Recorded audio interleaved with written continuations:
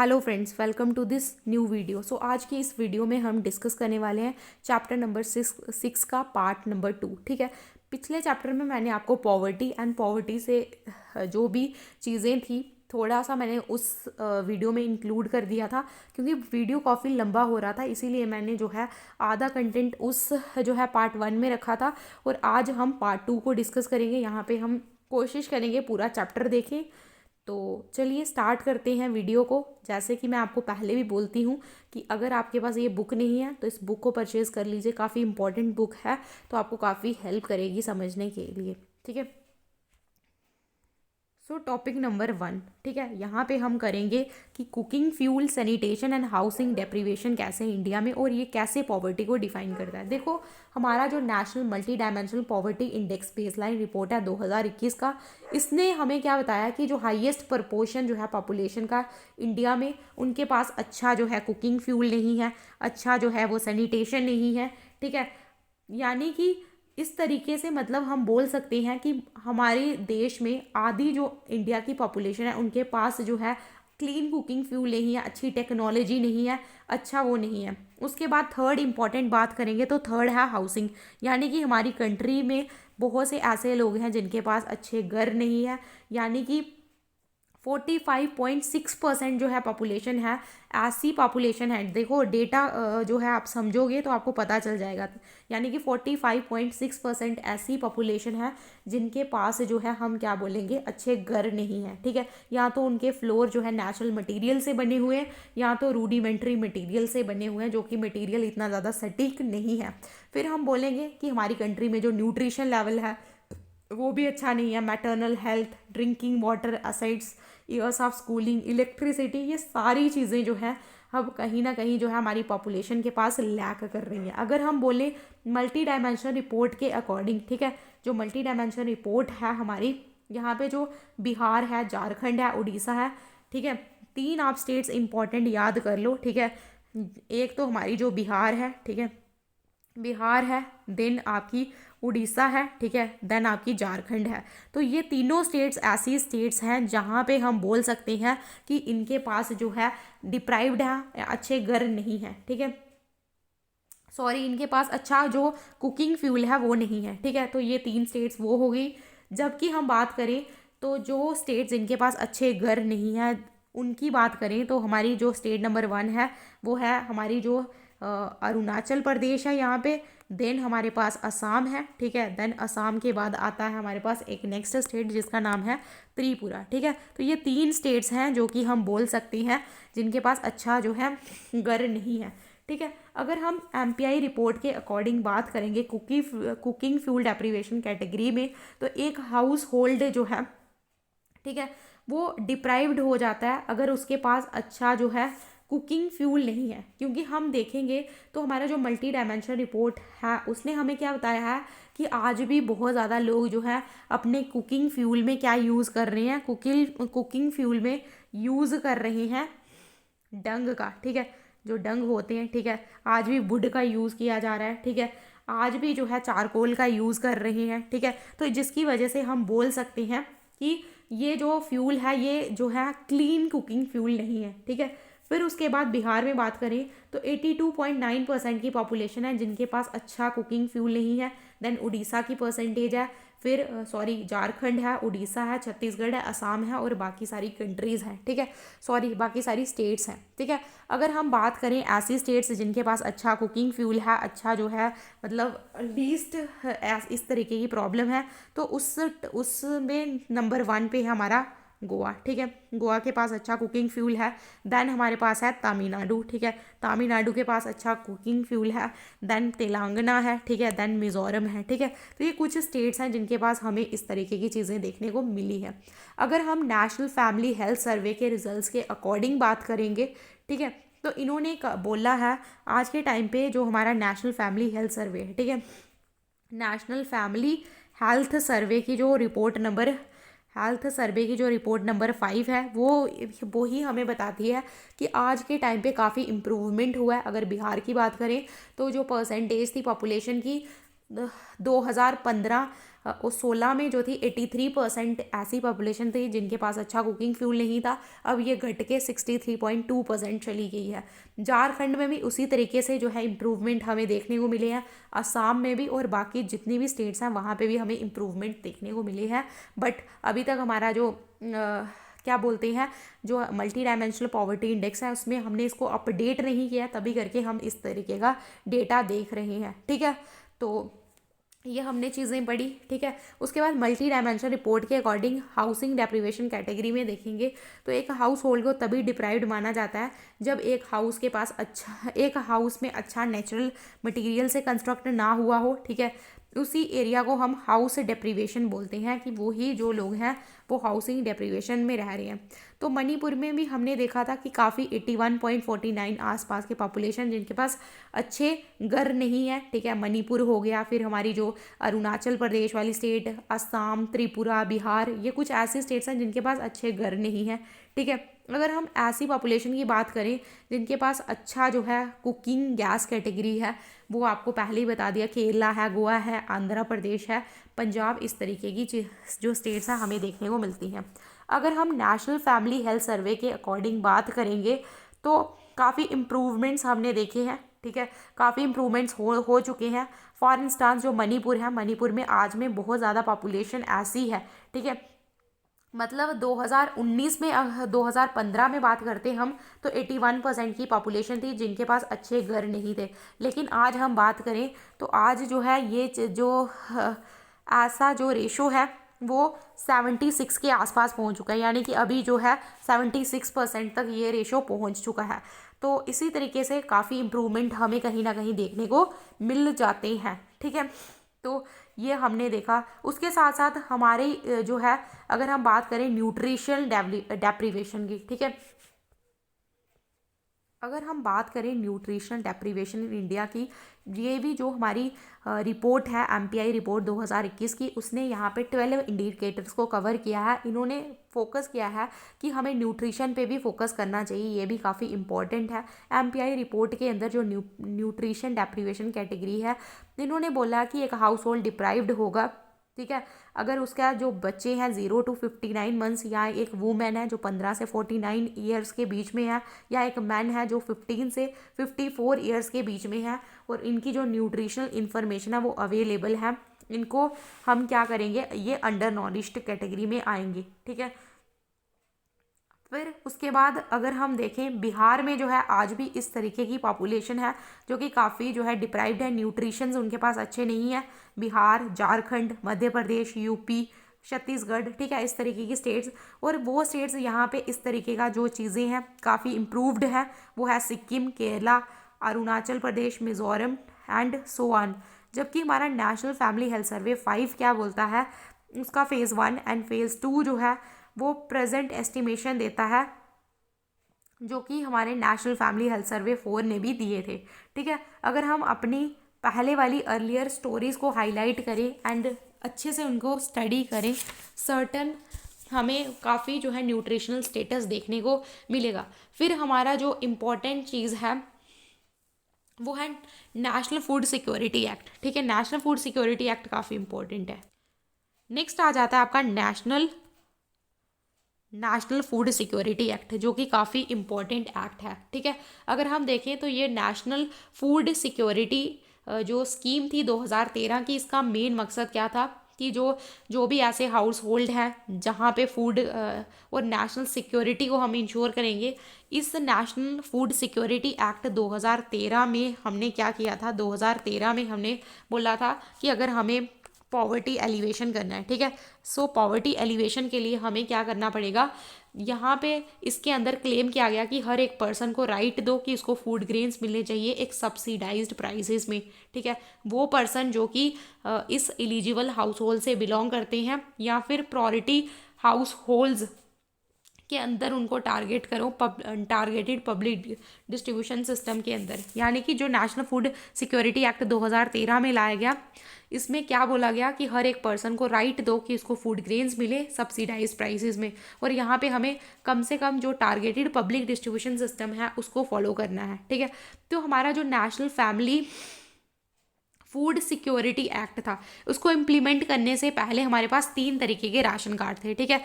एक ration card था हमारा एपीएल, ठीक है, एक राशन कार्ड था एपीएल, दूसरा था वीपीएल, ठीक है, और तीसरा था अन्योदा, अंत्योदा मतलब AAY, ठीक है, अन्योता अन्ना योजना, ठीक है। तो ये 3 तरीके के राशन कार्ड्स थे जो कि जिनके अलग अलग कलर्स हुआ करते थे।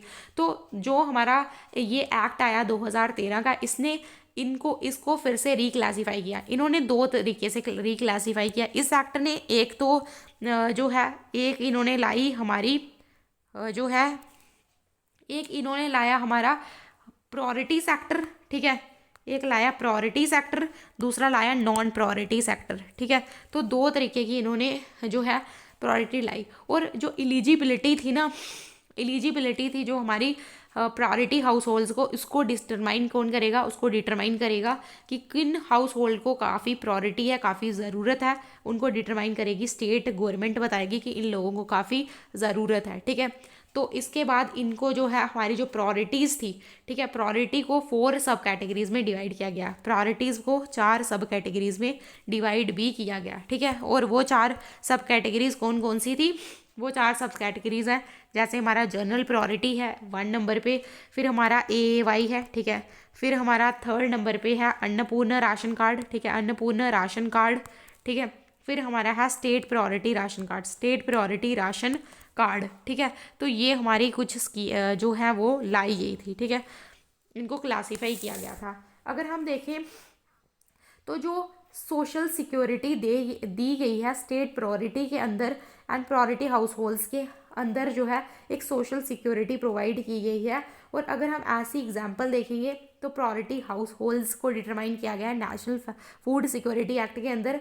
क्या किया गया है, प्रायोरिटी हाउस होल्ड को देखा गया कि कौन से ऐसे हाउस होल्ड हैं जिनको ज़्यादा ज़रूरत है, और यहाँ पे जो ये एक्ट है ये उन्हीं हाउस होल्ड को प्रायोरिटाइज करता है, और उनकी जो इनकम है उस यहाँ पे वो देखी जाती है। साथ में जो प्रायोरिटी हाउस होल्ड्स हैं उनका सोशियो इकोनॉमिक इम्बैलेंसेस हैं सोसाइटी में क्या है, ठीक है। आज के टाइम पे जो ये स्कीम है, ठीक है, नेशनल फूड सिक्योरिटी एक्ट की जो ये एक्ट है, इसने क्या किया है, 75% की रूरल पॉपुलेशन को कवर कर दिया है, और अर्बन में बात करेंगे तो 50% की जो है इन्होंने क्या कर दी है, अर्बन पॉपुलेशन को कवर कर दिया है। और अगर हम स्टेट वाइज कवरेज की बात करेंगे तो पहले तो इसको प्लानिंग कमीशन ने डिटरमाइन किया था, बाद में इसको हमारा जो है नीति आयोग ने डिटरमाइन किया, और इन्होंने जो नेशनल सैंपल सर्वे आता है उसके डेटा को यूज़ करके 2011-12 का जो डेटा था उसको यूज़ करके, जो कि अभी तक ये इसको रिवाइज नहीं किया गया, उसके थ्रू जो है हमारे जो नेशनल फूड सिक्योरिटी एक्ट है उसको डिटरमाइन किया। तो इंडिया लेवल में देखेंगे हम तो जो नेशनल फूड सिक्योरिटी एक्ट है उसने कम से कम भी 59% की जो पॉपुलेशन है उसको कवर किया है, कि वो ये 59% की जो पॉपुलेशन है वो प्रायोरिटी हाउस होल्ड कैटेगरी के अंदर आती है, ठीक है। अगर हम देखेंगे तो नेशनल फूड सिक्योरिटी एक्ट यहाँ पे बताता है कि अगर हम देखेंगे कि जो पोर्शन है हाउस होल्ड्स का एंड पर्सन की पॉपुलेशन का, वो कहीं ना कहीं यहाँ पे हमें देखने को मिलता है। अगर हम देखें तो नेशनल फूड सिक्योरिटी एक्ट ने MPI इंडिकेटर्स को भी कवर किया है, ठीक है। अलॉन्ग इंडियन स्टेट्स में अगर हम बात करेंगे तो सबसे ज़्यादा जो प्रायोरिटी हाउस होल्ड वाली स्टेट्स हैं जहाँ पे हमने कवर किया है दैट इज़ मणिपुर, ठीक है, मणिपुर नंबर 1 पे है, ठीक है। मणिपुर के बाद फिर हमारी जो स्टेट नेक्स्ट आ रही है दैट इज़ ठीक है, दैट इज़ बिहार है, ठीक है, देन झारखंड है। आपको पता है बिहार और झारखंड कब से हम पढ़ रहे हैं कि इनमें ही जो है बहुत ज़्यादा हमें कमियां देखने को मिली हैं। बिहार है, देन झारखंड है, देन छत्तीसगढ़ है, देन असम है, ठीक है। तो ये सारी स्टेट्स ऐसी स्टेट्स हैं जिनको प्रायोरिटी हाउस होल्ड के अंदर कवर किया गया है, ठीक है, छत्तीसगढ़ है, ठीक है। फिर उसके बाद दूसरे शब्दों में अगर बात करेंगे तो आज के टाइम पे जो प्रपोर्शन ऑफ पॉपुलेशन है उसको वल्नरेबल ठहरा दिया गया, यानी कि उनके पास फूड एंड न्यूट्रिशनल सिक्योरिटी देने की बात की गई है कि हम जो नेशनल फूड सिक्योरिटी एक्ट है इसके अंदर जो है ऐसे जो हाउस होल्ड है, ऐसे जो क्षेत्र हैं, ठीक है, जिनको जो है क्या है, जो कि बहुत ज़्यादा वल्नरेबल है, ठीक है, उनको हम कवर करेंगे, ठीक है। नेशनल फूड सिक्योरिटी एक्ट जो प्रायोरिटी हाउस होल्ड्स है, ठीक है, उनको कवर करता है। और इसमें जो है हम बोल सकते हैं आधे से भी ज़्यादा इंडियन स्टेट्स यहाँ पे कवर कर रही हैं, इनकी पॉपुलेशन को कवर किया जा रहा है नेशनल फूड सिक्योरिटी एक्ट के अंदर। तो जो प्रायोरिटी हाउस होल्ड्स हैं, ठीक है, ये यहाँ पे देखे जा रहे हैं।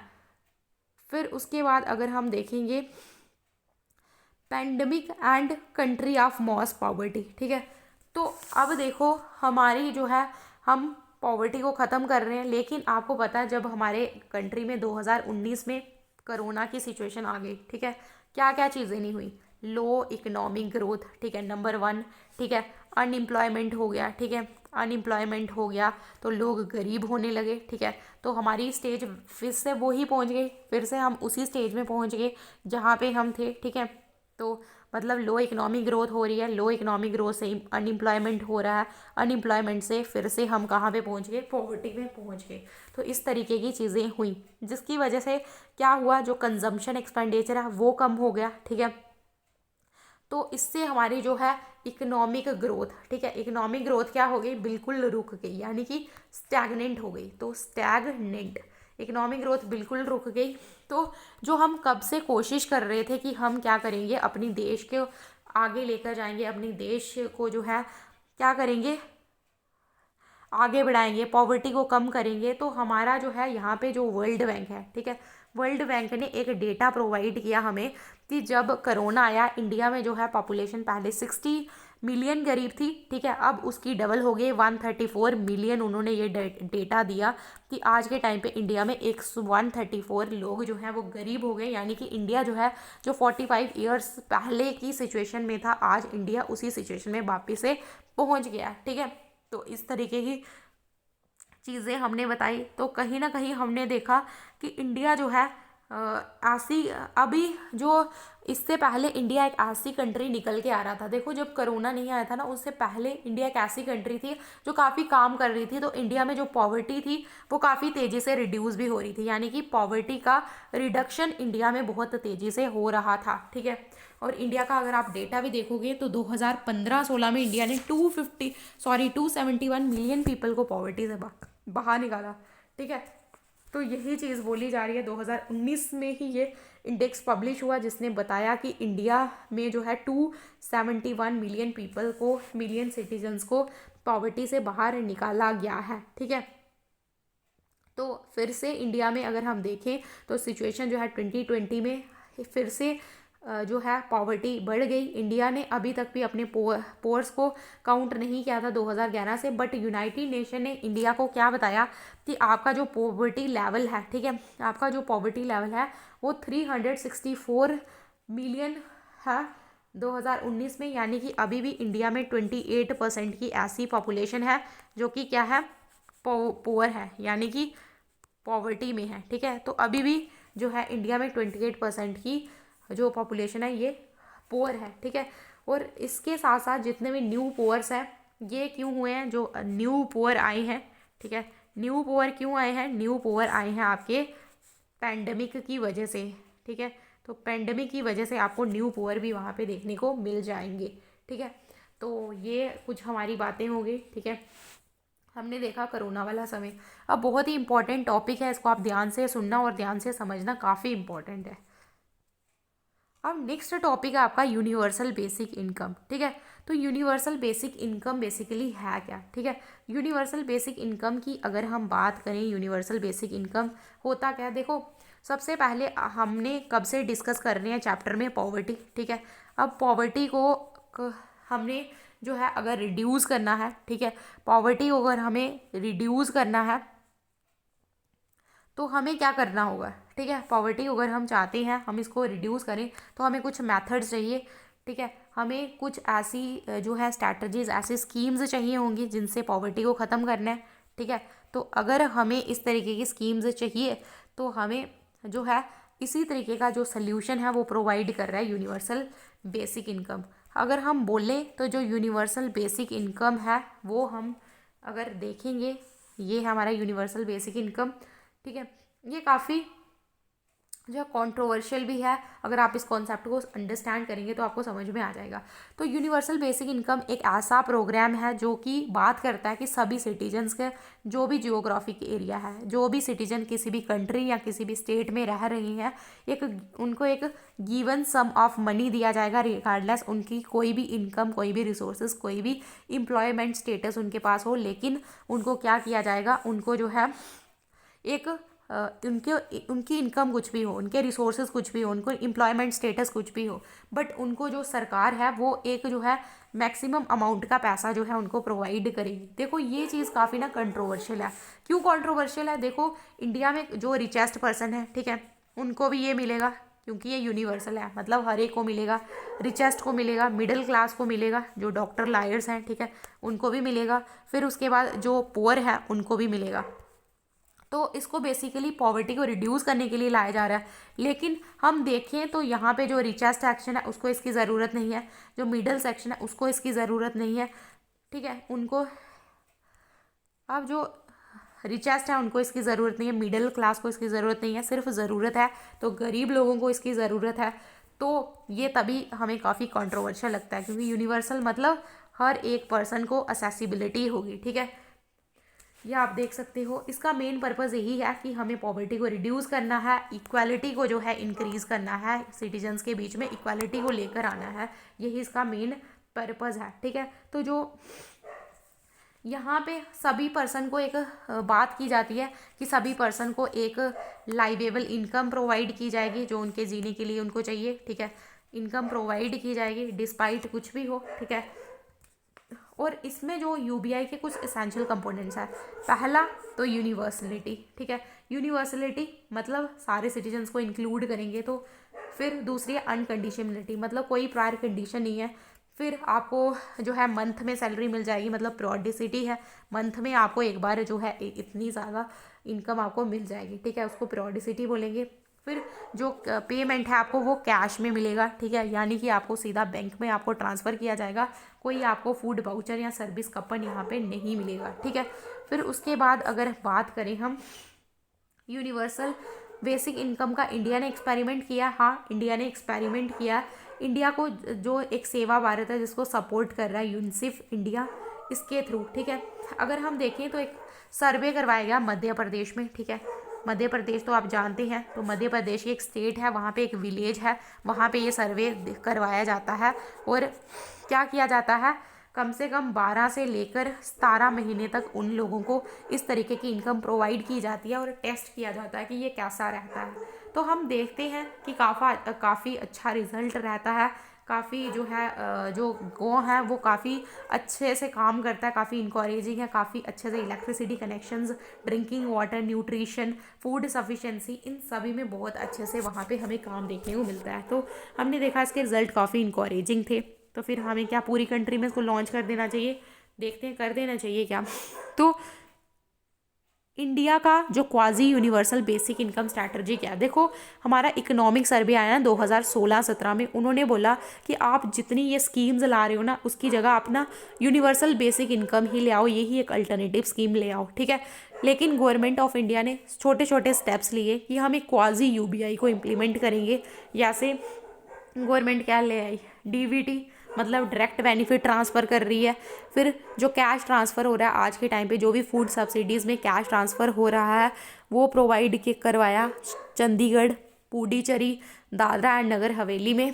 तो ये कहीं ना कहीं हम बोल सकते हैं एग्जाम्पल है, ठीक है। दूसरा तो इंडिया ने पब्लिक डिस्ट्रीब्यूशन सिस्टम के अंदर बेनिफिशरीज़ को जो है वो कैश प्रोवाइड करवाया, ठीक है, कैश को ट्रांसफ़र किया। तीसरा अगर हम बोल सकते हैं तो गवर्नमेंट ने लॉन्च की हमारा पीएम किसान, ठीक है, प्रधानमंत्री जो किसान है, इसके अंदर क्या बोला कि इसके अंदर हर एक किसान को 6,000 रुपया दिया जाएगा। और क्राइटेरिया क्या था कि वो जो फार्मर है वो क्या होना चाहिए, एक लैंड होल्डिंग फार्मर होना चाहिए, ठीक है, उसके पास लैंड होनी चाहिए, तो उसको 6,000 रुपया दिया जाएगा। तो यहाँ पे क्राइटेरिया था, यानी कि यहाँ पे एक्सक्लूड कर सकते हैं हम पर्सन को। तो यहाँ पे कहीं कहीं हम देख रहे हैं कि गवर्नमेंट इसी तरीके के मेजर्स को उठा रही है और इसी तरीके के मेजर्स को इंक्लूड करने की कोशिश कर रही है, ठीक है। तो एक ये इसको हम क्या बोलेंगे कि इंडिया की क्वाजी इनकम स्ट्रैटेजी है। लेकिन अगर हम आज के टाइम पे देखें तो जो हमारे पास सोशल वेलफेयर जो सब्सिडी पेमेंट्स है यूबीआई में देखें तो गवर्नमेंट को सबसे पहले ना एक क्वेश्चन एड्रेस करने की ज़रूरत पड़ जाती है। क्या क्वेश्चन? कि हम जो ये यूनिवर्सल बेसिक इनकम है दें किसको, एलिजिबिलिटी क्या होनी चाहिए, फ्रीक्वेंसी क्या होनी चाहिए, और कितना बेसिक अमाउंट जो है हमें प्रोवाइड करवाना है लोगों को। ठीक है, ये चीज़ आ जाती है। और एक कोर परसेप्ट ये भी आता है यूनिवर्सल इनकम में कि यूनिवर्सल इनकम जो है वो यूनिवर्सल है। वेरी वेरी इंपॉर्टेंट पॉइंट कि क्या है, यूनिवर्सल है, मतलब सबको मिलेगा। ठीक है, यहाँ पे रिच भी आएंगे, मिडल भी आएंगे, सब लोग आएंगे। तो यहाँ पे हम बोल सकते हैं कि अगर यहाँ पे सब लोग आएंगे तो सारे सिटीजन्स जो हैं वो इसके बेनिफिशियरी होंगे, सभी सिटीजन्स को इसका बेनिफिट होगा। तो जो एक यूनिवर्सल अप्रोच हम इंडिया में अडॉप्ट कर रहे हैं, इसकी वजह से क्या है कि जो गवर्नमेंट एक्सपेंडिचर्स हैं वो काफ़ी ज़्यादा हो जाएंगे। जबकि हम बोलें, ठीक है, जब हम कोई सिटीजन्स को एक्सक्लूड नहीं करेंगे तो जो खर्चा वो काफ़ी बढ़ जाएगा गवर्नमेंट का। तो ये भी हम देख रहे हैं। और साथ में हमने ये चीज़ भी देखी है कि हमारी कंट्री में सिर्फ 22% के लोग जो हैं वो क्या है, पुअर हैं। बाकी के जो लोग हैं 78% वो ठीक है। ठीक है, उनको ज़रूरत नहीं है इस तरीके की हेल्प के लिए। ठीक है, तो हमें जो है, हमें जो काम है, ठीक है, हमें जो काम है वो किसके लिए करना है, हमें काम जो ये 22% वाले हैं इनके लिए काम करना है। ठीक है, तो ये जो 78% वाले हैं इनको ज़रूरत ही नहीं है। तो गवर्नमेंट को क्या करना चाहिए, ये 22% के लोगों को देखे और इनके लिए काम करे। ठीक है, तो एक बेटर मॉडल जो है इंडिया के लिए, इंडिया को एक टारगेटेड अप्रोच वो फॉलो करना चाहिए। अब टारगेटेड अप्रोच क्या होती है? ठीक है, सो टारगेटेड अप्रोच वो होती है, यहाँ पे हम क्या करते हैं, टारगेटेड अप्रोच वो अप्रोच होती है, यहाँ पे हम एक जो है क्या करते हैं, एक जो पर्टिकुलर कम्युनिटी है उसको टारगेट दे देते हैं, उसको टारगेट बना लेते हैं कि हम आइडेंटिफाई करेंगे यहाँ पे वो लोग जो कि गरीब हैं, उनको ही इसके बेनिफिट्स मिलेंगे। तो टारगेटेड अप्रोच के लिए हमें एक अच्छा डेटाबेस हमारे पास होना चाहिए, एक क्लियर गाइडलाइंस होनी चाहिए। ठीक है, जिसके थ्रू हम जो है बेनिफिशरीज तक पहुंच पाए। लेकिन होता क्या है, ऐसी अप्रोच में हमेशा हमें इंक्लूजन एंड एक्सक्लूजन एरर्स देखने को मिल जाते हैं। क्या होता है, जिनको हमें देना है बेनिफिट हम उनको दे नहीं पाते, और जिनको देना है, जिनको नहीं देना है वो उसका बेनिफिट उठा रहे हैं। तो ये होता है इंक्लूजन एंड एक्सक्लूजन एरर। ठीक है, तो काफ़ी हम रॉन्गफुल एक्सक्लूजन हो जाते हैं, जो कि प्रोग्राम का जो पर्पस है उसको डिफीट कर देते हैं। तो इसीलिए गवर्नमेंट ऑफ इंडिया ने एक डायनेमिक डेटाबेस को डेवलप किया, जिसको हम यूज़ कर सकते हैं बेनिफिशियरी की आइडेंटिफिकेशन के लिए। ठीक है, अब यहाँ पे क्या किया जो गवर्नमेंट है इंडिया की, उसने 2011 का सोशियो इकोनॉमिक कास्ट सेंसस को यूटिलाइज़ किया। ठीक है, तो कंप्रीहेंसिवली इन्होंने यहाँ पे जो सोशियो इकोनॉमिक प्रोफाइल है उसको कैप्चर किया। ठीक है, कंट्री का।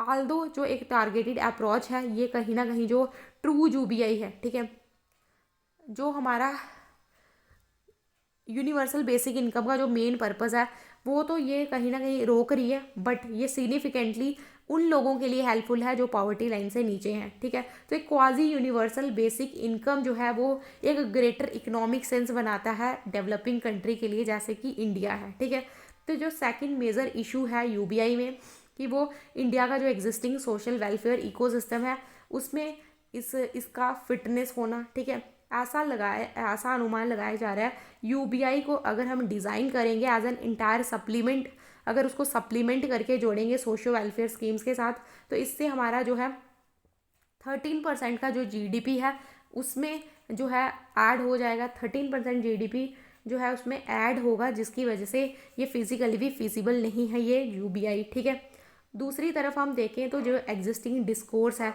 जो हमारा इकोनॉमिक सर्वे है, वो इसी आइडिया में है कि यूबीआई बजट जो है वो हमें यूबीआई बजट अगर लाना होगा तो हमें जितने भी वेलफेयर प्रोग्राम्स हम लेकर आए हैं उन सबको रिप्लेस करना होगा। तो यहाँ पे काफ़ी इश्यूज आ सकते हैं जो यूबीआई अप्रोच है उसके साथ।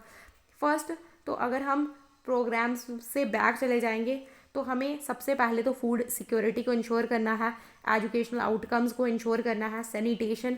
तो would not only require back tracking, इसके लिए हमें बैक ट्रैकिंग नहीं चाहिए ह्यूमन डेवलपमेंट गोल्स के लिए, बट हमें वेलफेयर इंफ्रास्ट्रक्चर की ज़रूरत है। हेल्थ केयर सेंटर्स बनाने होंगे जो कि काफ़ी इंपॉर्टेंट रोल प्ले कर सकते हैं। ठीक है, ये काफ़ी इंपॉर्टेंट है। फिर हमें यूबीआई को सब्सटीट्यूट करना है for the existing kind welfare programmes. ये कहीं ना कहीं जो ट्रांजेक्शन कास्ट है उसको इग्नोर करते हैं, ठीक है। उसके बाद जो ट्रांजेक्शन कास्ट है इंक्लूड जो ट्रांसपोर्ट कास्ट है, कि हमें कैश लेकर बैंक से आना है, ठीक है। एंड जो वेजेस हैं ये एक अपॉर्चुनिटी कास्ट को खो देती हैं during travel and wait time, ठीक है। तो कुछ बेनिफिशरीज को एक प्रेफरेंस देने की ज़रूरत है, ठीक है।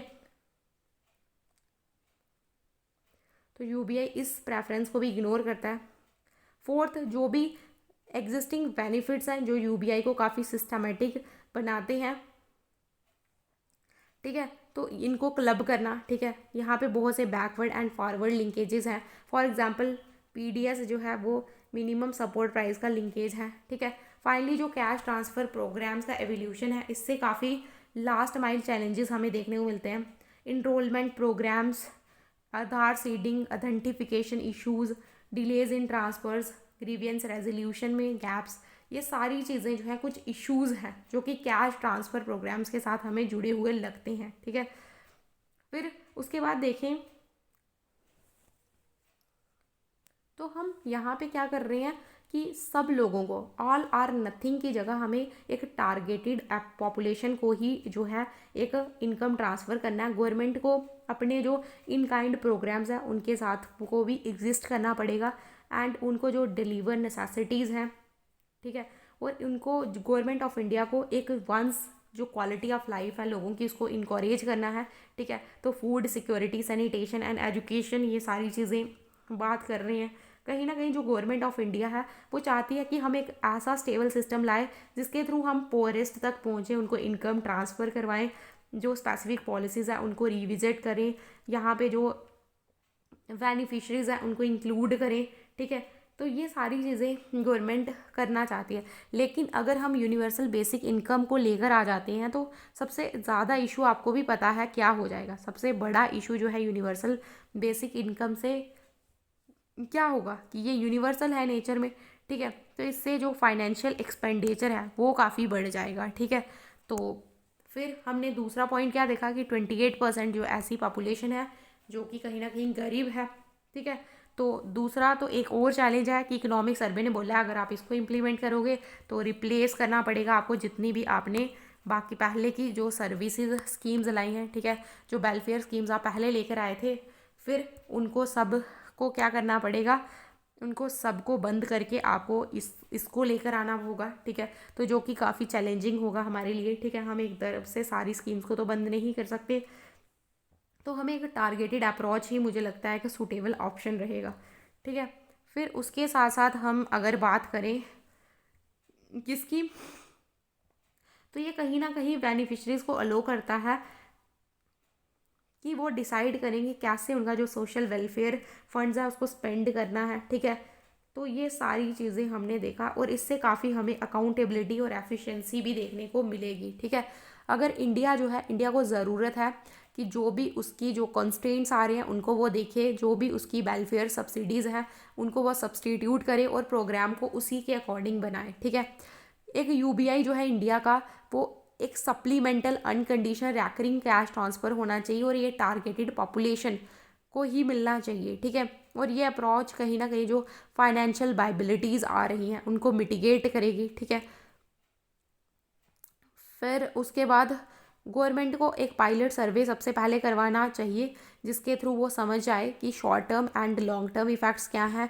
अगर हम बेसिक यूबीआई को लॉन्च करेंगे income, labour market, communities and beneficiary preferences के ऊपर, फिर हमें पता चल जाएगा कि इसके short term and long term impacts क्या हैं, एंड देन हम इसको यूटिलाइज़ कर सकते हैं। अगर हम देखें तो इश्यूज़ क्या है पॉवर्टी को फाइट करने में, एंड इंडिया का पॉवर्टी एलिमिनेशन नेचर क्या है। देखो इश्यूज़ दो आ रहे हैं, मेजर दो इश्यूज़ हैं, ठीक है। पहला तो पॉवर्टी मेजरमेंट का इशू है, दूसरा तो पॉवर्टी इलेमिनेशन का इशू है कि पॉवर्टी को कैसे इलेमिनेट करें, पॉवर्टी को कैसे मेज़र करें, ठीक है। तो दो इश्यूज़ हैं तो जिनको हमें ज़रूरत है एड्रेस करने की, ठीक है। तो यहाँ पे हम देखते हैं कि हमें जो पॉवर्टी मेज़र है हम यहाँ पे लोगों को कंपेयर करते हैं, ठीक है, कि उनके पास क्या अनएक्सेप्टेबल डिसएडवांटेजेस हैं, ठीक है, जिनके थ्रू हम देख सकते हैं उनको, उनका लेवल ऑफ डेवलपमेंट क्या है, उनका इनकम क्या है, ठीक है। और ये हम कहीं ना कहीं यहाँ पे देखते हैं। और पॉवर्टी मेजरमेंट रिपीटडली, इससे बहुत ज़्यादा डिबेट्स भी हुए हैं पॉवर्टी लाइन को लेके। इन शॉर्टकमिंग से बावजूद भी पॉवर्टी लाइन एंड रिलेटिव जो पॉवर्टी एस्टिमेट है, ये कहीं ना कहीं कॉन्सेंट्रेट कर रहे हैं पब्लिक पॉलिसी डिस्कोर्सेज में, ठीक है।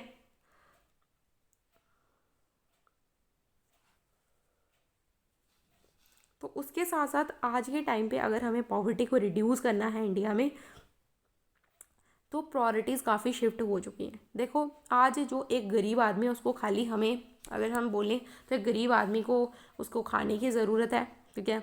जो हमारी बेसिक नीड्स हैं उनकी ही ज़रूरत नहीं है। आज के टाइम पे एक गरीब आदमी को एजुकेशन की भी ज़रूरत है, ठीक है, हेल्थ, ठीक है, एजुकेशन, हेल्थ, उसके बाद हाउसिंग, ठीक है। ये सारी चीज़ों की आज के टाइम पे एक गरीब आदमी को ज़रूरत है। कंजम्पशन, ठीक है। तो अगर हम बोलें तो फूड एंड शेल्टर की ज़रूरत नहीं है। तो इसीलिए पॉवर्टी जो है वो बेसिक फूड नहीं है जो बॉडी को जो है और सोल को साथ में रखता है, बट एक एक लिविंग स्टैंडर्ड्स की भी हमें ज़रूरत है, ठीक है। और यहाँ पे जो हमारा वर्ल्ड बैंक है उसने क्लासीफाई कर दिया है कि इंडिया एक लोअर मिडिल इनकम कंट्री है। तो जो क्रॉसपॉन्डिंग पॉवर्टी लाइन है, ठीक है,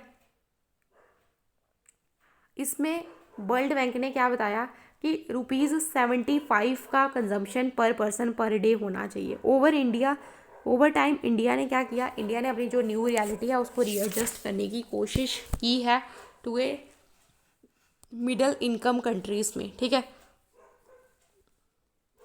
तो यहाँ पे जो डेप्रीवेशन है, पॉवर्टी है, ये एक दूसरे से काफ़ी को रिलेट है। यहाँ पे लोगों के पास जो है रिसोर्सेज नहीं है, एजुकेशन नहीं है, सैनिटेशन नहीं है, क्लीन वाटर, हेल्थ केयर, तो ये बहुत सारी प्रॉब्लम्स है। तो ज़रूरत है हमें जो है एक ग्रोइंग रिकॉग्निजेशन कि हमें एक मल्टी डायमेंशनल अप्रोच को लेना होगा, जिसकी वजह से हम एक विज़न देखेंगे कि हमें अपना जो देश है पॉवर्टी फ्री इंडिया को डेवलप करना है। देखो, जो हमारा मल्टी डायमेंशनल पॉवर्टी इंडेक्स है जो कि तैयार किया नीति आयोग के द्वारा, ये भी बोलता है कि हम जो है नेशनल, स्टेट एंड लोअर जो लेवल्स पे पॉवर्टी इंडाइसिस को प्रोवाइड करवाएंगे ताकि हम पॉवर्टी को मेज़र कर सकें और देख सकें कि कितने लोग गरीब हैं, ठीक है, इस तरीके से, ताकि हमें देखा जा सके कि हमें कौन कौन से इंसाइट्स लेने की ज़रूरत है बेटर के लिए, बेटर पॉलिसीज़ जहाँ से हम लेकर आएँ, ठीक है। तो ये हमारी काफ़ी हमें ज़रूरत है कि हम जो है पॉवर्टी को मेज़र करें प्रॉपर्ली। जब प्रॉपर्टी मेज़र होंगी, ठीक है, तो जो सेकंड एस्पेक्ट है वो है पॉवर्टी एलिवेशन। तो हमें एक मिनिमम इनकम देखनी होगी, कंजम्पशन देखना होगा। इसमें खाली हमें जो lack of education and wealth को ही इंक्लूड नहीं करना है, ठीक है। एविडेंस हमें बताते हैं कि इंडिया सक्सेसफुली जो है इन जो है इश्यूज़ को एड्रेस कर चुका है, ठीक है।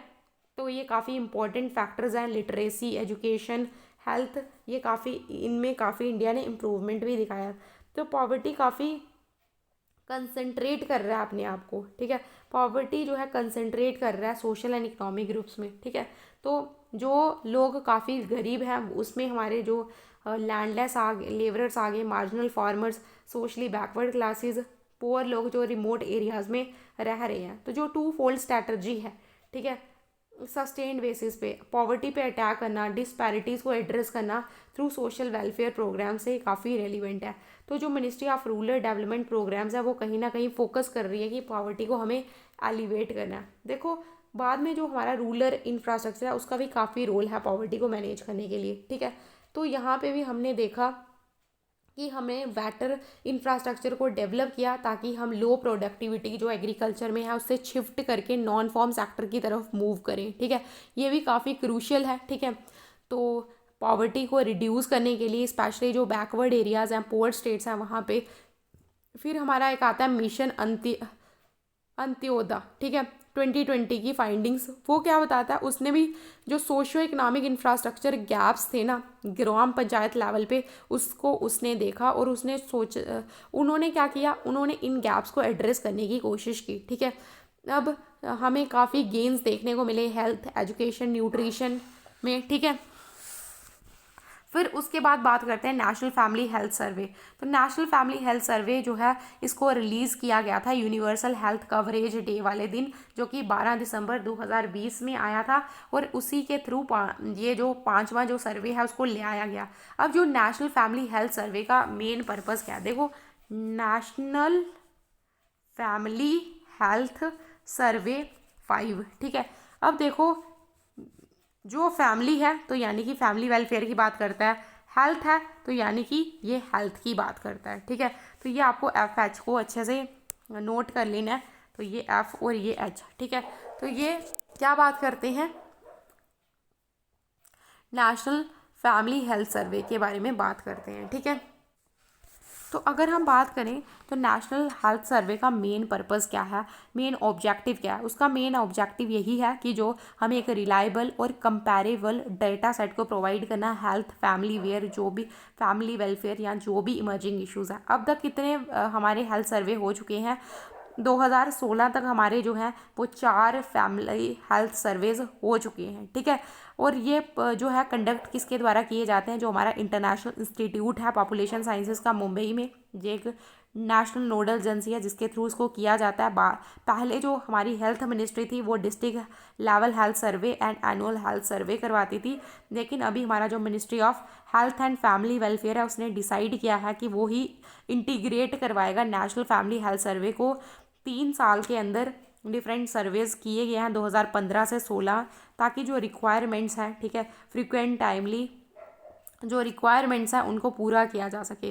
तो नेशनल फैमिली हेल्थ सर्वे जो है इसको कंडक्ट किया गया है 6.1 लाख सैम्पल हाउस होल्ड में, ताकि जो डिसएग्रीगेटेड डेटाज हैं उनको प्रोवाइड किया जाए डिस्ट्रिक्ट लेवल्स पे। फिर जो टोटल फर्टिलिटी रेट है उसको भी डिक्लाइन किया गया है नेशनल फैमिली हेल्थ सर्वे 4 से ही ऑलमोस्ट हर एक फेजेस में।